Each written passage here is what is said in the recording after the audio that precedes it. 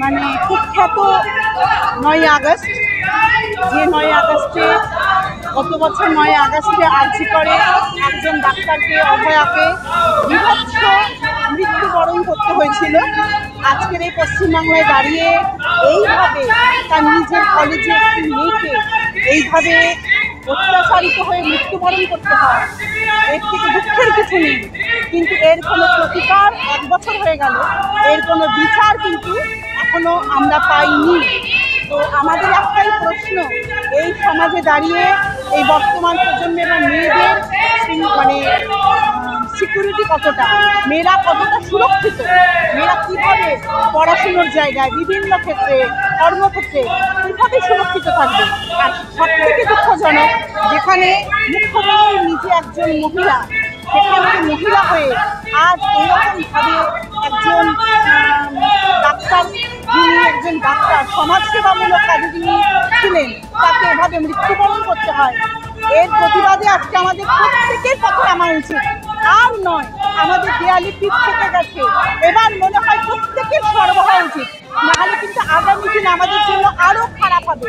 এবং এখন প্রতিবাদ মানে প্রতিবাদ যদি মানে অহিংস হতে হয়, তাও হতে হবে, কিছু করার নেই, প্রতিবাদ করতেই হবে, আর কোনো ভয় নেই।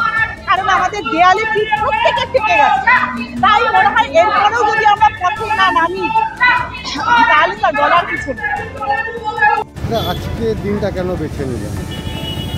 আজকে দিনটা বেছে নিলাম মানে 2024 সালের আজকে 9ই আগস্ট সকালবেলায় পশ্চিমবঙ্গের মানুষ এক অদ্ভুত জিনিস প্রত্যক্ষ করেছিল।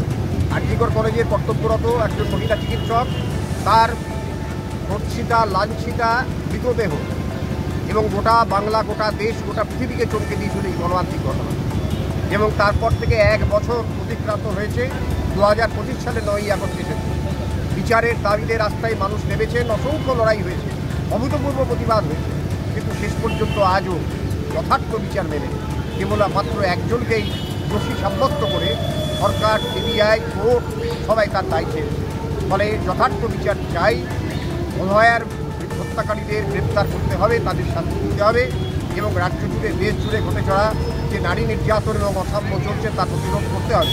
এই দাবিতেই আমরা এই আজকের রাস্তায় দেখা যাচ্ছে হাতে ব্যান্ড বেঁধে দিয়ে প্রতিবাদ করছে, হচ্ছে রাখি বন্ধনের জন্য।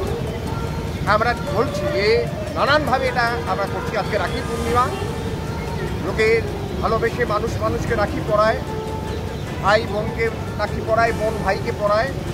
আমরা বোনকে হারিয়েছি, তাই আমরা কালো রাখি করছি সেই বোনের স্মৃতিতে।